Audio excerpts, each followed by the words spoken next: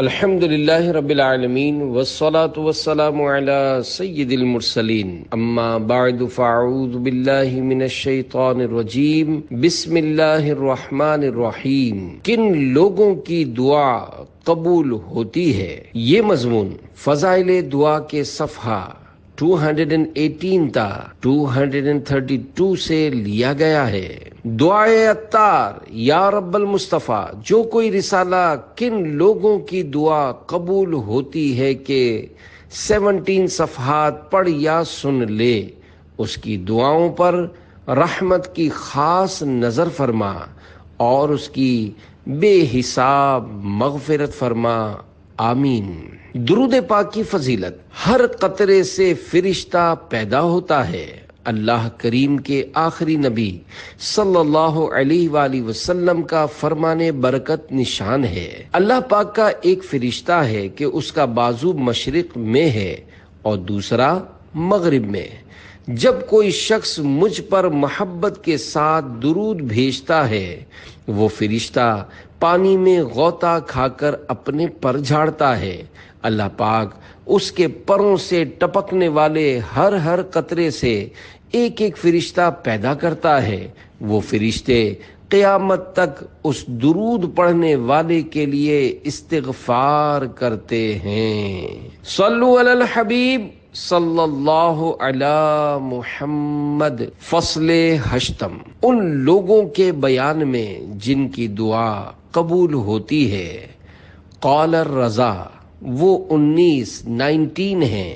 8 حضرت مصنف قدس سرہ نے ذکر فرمائے اور 11 فقیر غفر اللہ تعالی لہ نے زائد کیے۔ اول، نمبر 1، مضطر یعنی بے چین و پریشان حال۔ قال الرضا، اس کی طرف تو خود قرآن عظیم میں اشارہ موجود۔ امن یجیب المضطر اذا دعاہ ویکشف السوء۔ ترجمہ کنز الایمان، یا وہ جو لاچار کی سنتا ہے جب اسے پکارے اور دور کر دیتا ہے برائی۔ دوم، نمبر 2، مظلوم اگرچہ فاجر ہو، اگرچہ کافر ہو۔ قال الرضا، حدیث میں ہے اللہ تعالیٰ اس سے فرماتا ہے، مجھے اپنی عزت کی قسم بے شک ضرور میں تیری مدد کروں گا اگرچہ کچھ دیر کے بعد۔ سوم، نمبر 3، بادشاہ عادل۔ چہارم، نمبر 4، مرد صالح۔ پنجم، نمبر 5، ماں باپ کا فرما بردار۔ ششم، نمبر 6، مسافر کی دعا کی قبولیت والی حدیث کو ابن ماجہ، عقیلی، بہقی اور بزار نے حضرت ابو ہریرہ رضی اللہ عنہ سے روایت کیا، جبکہ بزار نے حتی یرجع، یہاں تک کہ لوٹ آئے کے الفاظ کا اضافہ کیا، اور اسی حدیث کو ضیاء نے حضرت انس اور احمد و طبرانی نے حضرت عقبہ بن عامر رضی اللہ عنہم سے روایت کیا۔ متعدد احادیث میں ارشاد ہوا کہ اس کی یعنی مسافر کی دعا ضرور مستجاب ہے، جس میں کچھ شک نہیں۔ اس حدیث کو امام احمد نے مسند احمد میں اور بخاری نے الادب المفرد میں اور ابو داؤد و ترمذی نے حضرت ابو ہریرہ رضی اللہ عنہ سے روایت کیا، اور ان متعدد احادیث میں سے ابن ماجہ اور ضیاء کی روایت کردہ مذکورہ بالا حدیث مبارکہ بھی ہے۔ بزار کے یہاں حدیث ابو ہریرہ ان الفاظ میں ہے، 3 شخص ہیں کہ اللہ عز و جل پر حق ہے کہ ان کی کوئی دعا رد نہ کرے، روزہ دار تا افطار، اور مظلوم تا انتقام، اور مسافر تا رجوع۔ ہفتم، نمبر 7، روزہ دار۔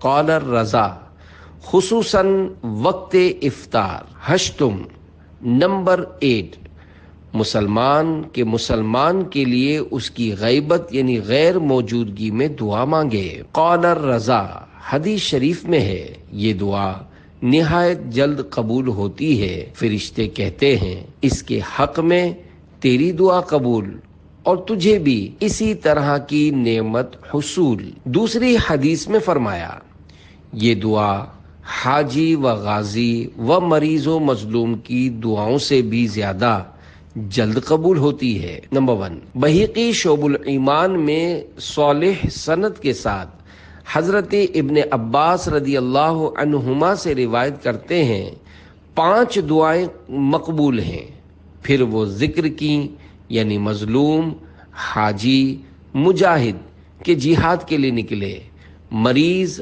اور مسلمان کے لیے اس کی غیر موجودگی میں دعا کرنا۔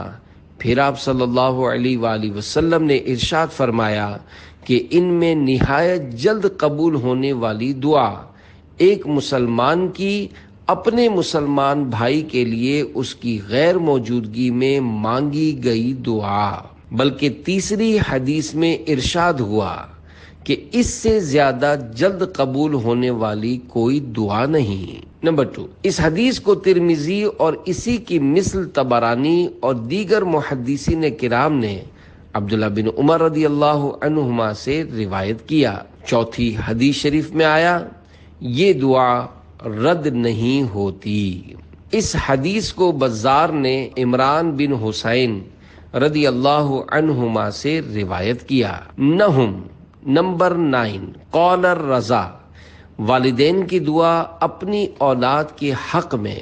ایک حدیث شریف ذکر کی جاتی ہے کہ یہ دعا امت کے لیے دعائے نبی کے مثل ہوتی ہے۔ اس حدیث کو دیلمی نے حضرت انس رضی اللہ عنہ سے روایت کیا۔ نمبر 10، قول الرضا، اولاد کی دعا والدین کے حق میں۔ ابو نعیم واصلہ بن اسقا رضی اللہ عنہ سے اور وہ مصطفیٰ کریم صلی اللہ علیہ وآلہ وسلم سے راوی 4 آدمیوں کی دعائیں قبول ہیں۔ نمبر 1، عادل بادشاہ۔ نمبر 2، وہ شخص کے اپنے مسلمان بھائی کی غیر موجودگی میں اس کے لیے دعا کرے، اور نمبر 3، مظلوم کی دعا، اور نمبر 4، وہ شخص جو اپنے والدین کے لیے دعا کرے۔ 11، نمبر 11، قول الرضا، حاجی کی دعا جب تک اپنے گھر پہنچے۔ حدیث شریف میں ہے جب تو حاجی سے ملے اسے سلام کر اور مصافحہ کر اور درخواست کر کہ وہ تیرے لیے استغفار کرے قبل اس کے کہ وہ اپنے گھر میں داخل ہو کہ وہ مغفور ہے۔ اس حدیث کی تخریج امام احمد نے حضرت ابن عمر رضی اللہ عنہما سے کی۔ دوسری حدیث شریف میں ہے حاجی کی دعا رد نہیں ہوتی جب تک پلٹے۔ اس حدیث مبارکہ کو بہقی اور دیلمی نے روایت کیا اور یہ حدیث مبارکہ آگے 17 میں آئے گی۔ 12، نمبر 12، قول الرضا، عمرہ کرنے والا۔ حدیث شریف میں ہے حج و عمرہ والے خدا کے مہمان ہیں، دیتا ہے انہیں جو مانگے اور قبول فرماتا ہے جو دعا کریں۔ اس حدیث کو بہقی نے روایت کیا۔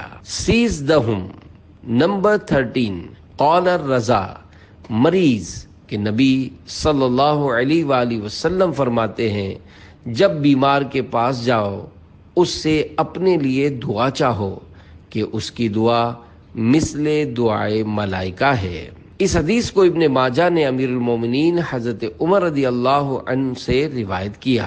دوسری حدیث شریف میں ہے مریض کی دعا رد نہیں ہوتی یہاں تک کہ اچھا ہو۔ اس حدیث کو ابن ابی دنیا اور اسی کی مثل بہقی اور دیلمی نے حضرت ابن عباس رضی اللہ عنہما سے روایت کیا۔ 14، نمبر 14، قول الرضا، ہر مومن مبتلائے بلا یعنی بلائے دنیاوی و جسمانی یہ مریض سے عام ہے۔ حدیث شریف میں ہے سلمان رضی اللہ عنہ سے ارشاد ہوا اے سلمان بے شک مبتلا کی دعا مستجاب ہے۔ اس حدیث کو دیلمی نے حضرت ابن عباس رضی اللہ عنہ سے روایت کیا۔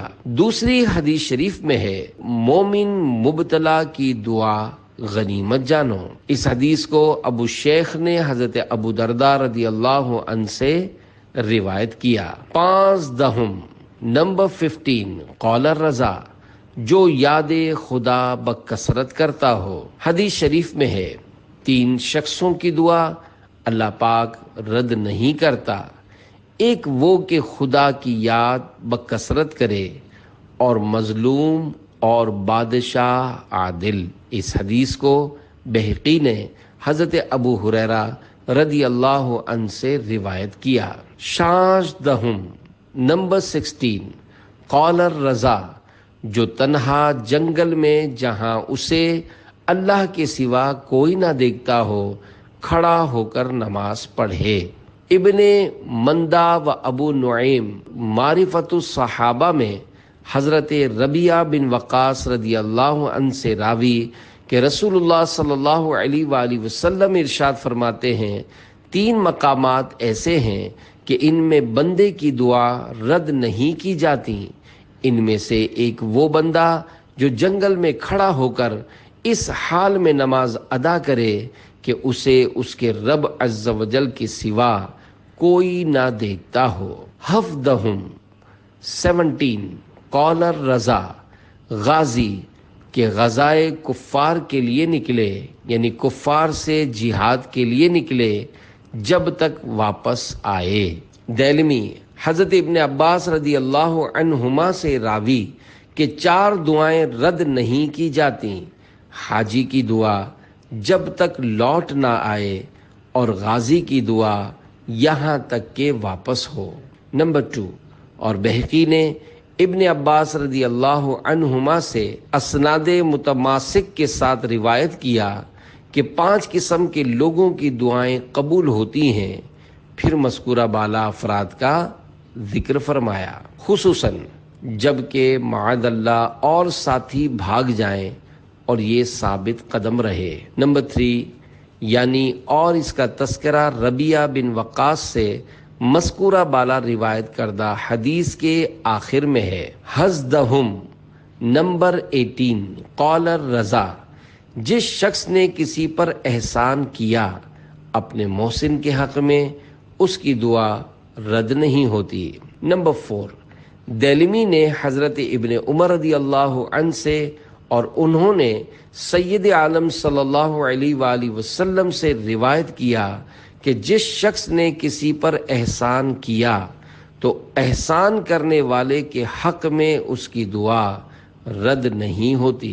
19 نمبر 19 قول الرضا، جماعت مسلمانان کے مل کر دعا کریں، بعض دعا کریں بعض آمین کہیں۔ طبرانی، حاکم اور بہقی نے حضرت حبیب بن مسلمہ فہری رضی اللہ عنہ سے روایت کیا کہ مسلمان جمع ہوں، ان میں بعض دعا کریں اور بعض آمین کہیں تو اللہ تعالیٰ ان کی دعا قبول فرماتا ہے۔ یہ 11 کے فقیر نے ذکر کیے، ان میں سوائے نہم و دہم کہ باقی 9 صاحب حسن حسین سے بھی رہ گئے۔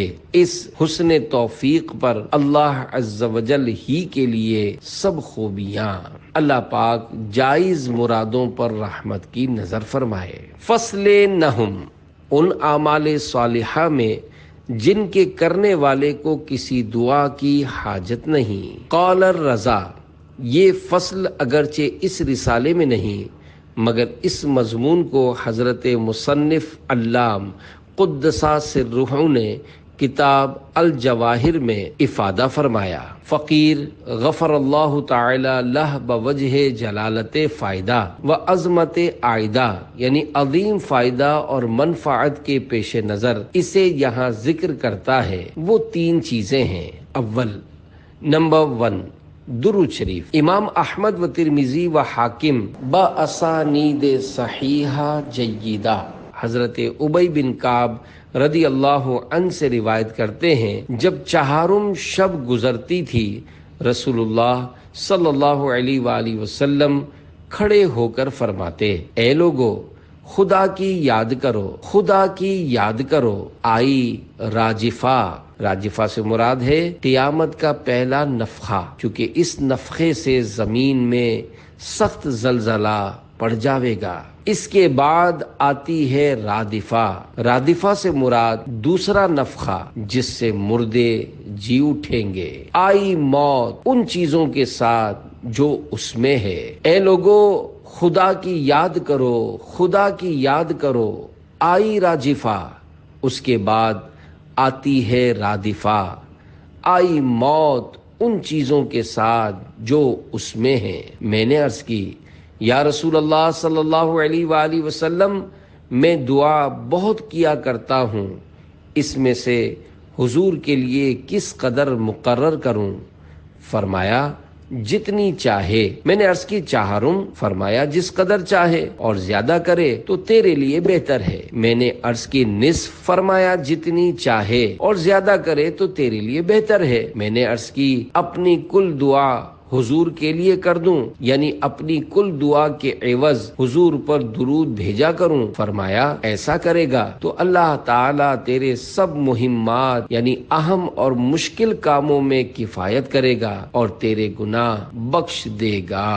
احمد طبرانی باسناد حسن راوی، یعنی یہ طبرانی کی حدیث کے الفاظ ہیں کہ ایک شخص نے عرض کی یا رسول اللہ، میں اپنی تہائی دعا حضور کے لیے کروں؟ فرمایا اگر تو چاہے۔ عرض کی 2/3؟ فرمایا ہاں۔ عرض کی کل دعا کے عوض درود مقرر کروں؟ فرمایا ایسا کرے گا تو خدا تیرے دنیا و آخرت کے سب کام بنا دے گا۔ اور بے شک درود سرور عالم صلی اللہ علیہ وآلہ وسلم کے لیے دعا ہے، اور جس قدر اس کے فوائد و برکات مصلی یعنی درود شریف پڑھنے والے پر عائد ہوتے ہیں، ہرگز ہرگز اپنے لیے دعا میں نہیں، بلکہ ان کے لیے دعا تمام امت مرحومہ کے لیے دعا ہے کہ سب انہی کے دامن دولت سے وابستہ ہیں۔ سلامت ہما آفاق در سلامت تست، میں کیا بتاؤں تمنائے زندگی کیا ہے، حضور آپ سلامت رہیں کمی کیا ہے۔ دوم، نمبر 2، ذکر الہی۔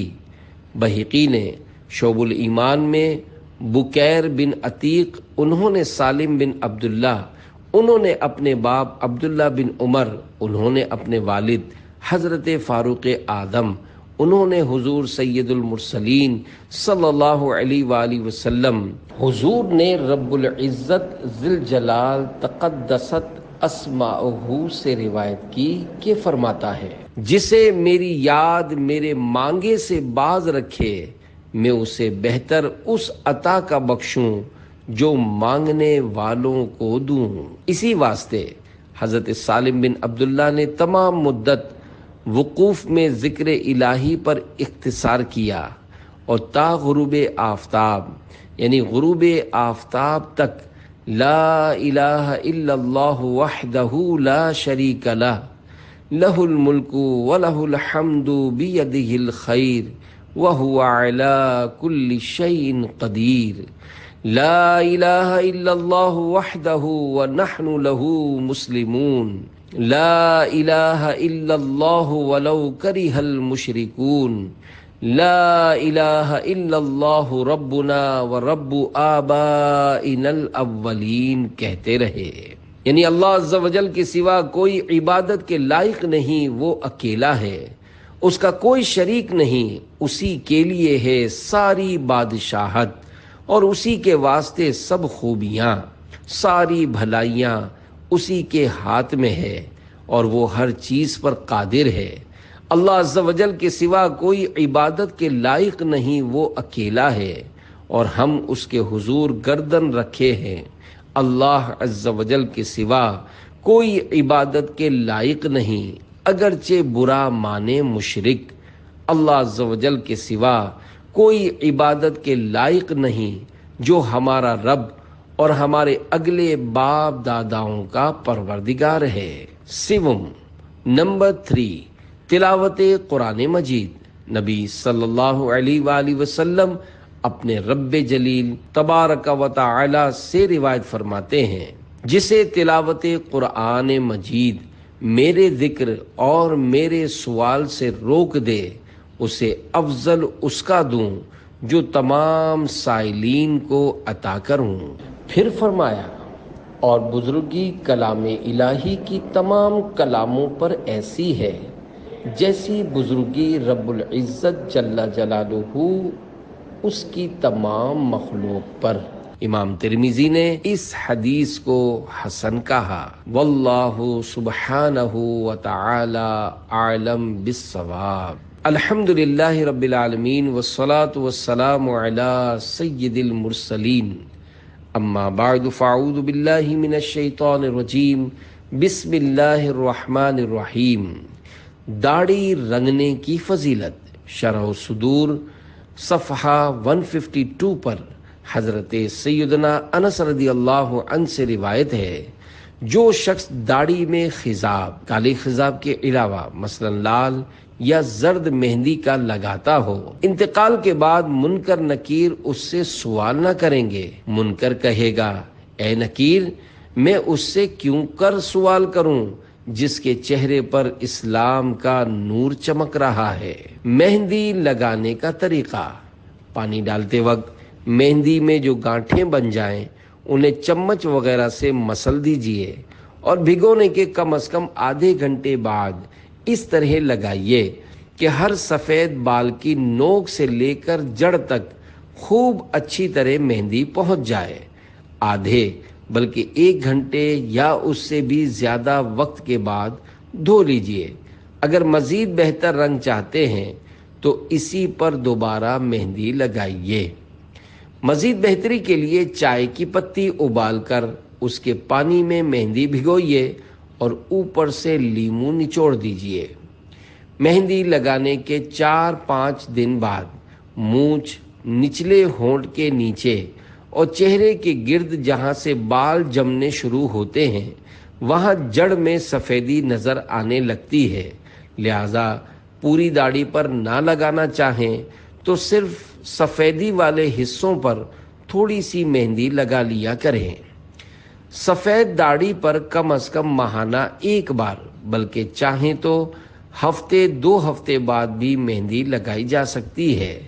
سر یا داڑھی میں مہندی لگا کر سو جانا آنکھوں کے لیے مضر یعنی نقصان دہ ہے۔